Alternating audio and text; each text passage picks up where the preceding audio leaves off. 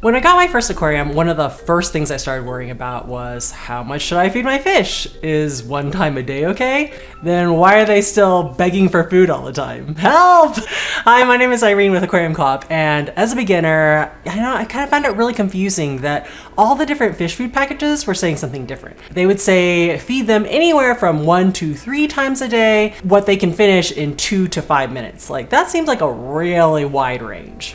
So let's tackle like the easier question, how often should I feed my fish? Well, it's kind of like humans. So if you look at human adults, maybe we eat 3 times a day versus a newborn baby is constantly crying for food and you might feed them 8 times or more per day. In the same way, I kind of go by a general rule of adults, I feed about 1 time a day. Juveniles, maybe that I have in a grow out tank, I might feed twice a day, morning and evening. Babies or newborn fry, that can be anywhere from 3 to 5 times a day or more, if you're around. That's because they have really, really tiny stomachs. So basically you want to feed them tiny meals multiple times throughout the day so they're never hungry.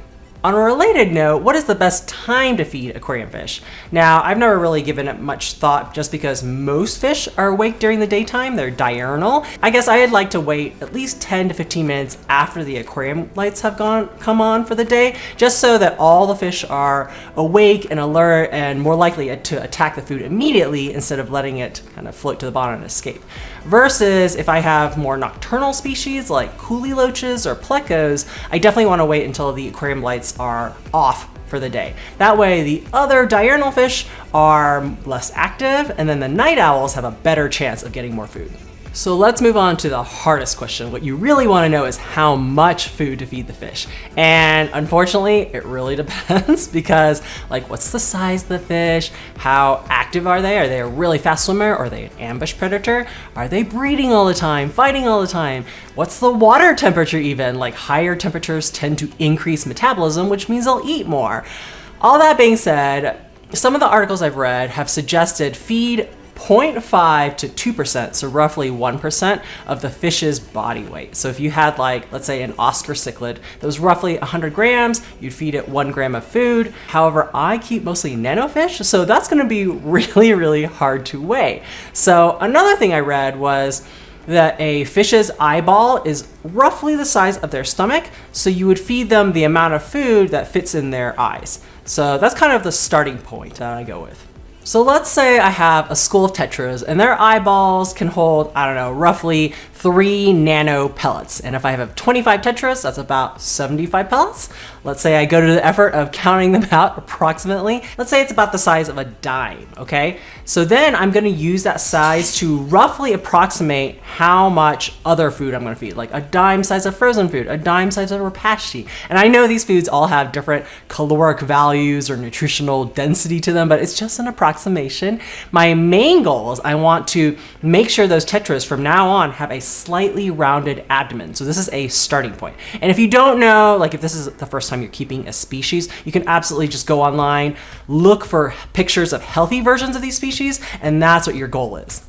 So every time I feed my fish, I basically observe their waistline. And that way, if I see that they have a swollen belly or if they're producing a lot more poop than usual, I'm probably overfeeding them. Other symptoms that you might be overfeeding them is piles of uneaten food. Maybe you're getting cloudy water from a bacterial bloom, or you're getting spikes when you test the water for ammonia, nitrite, and nitrate, or a population boom in snails and worms. That can all be signs of overfeeding. And least you think having a big old fat fish is cute.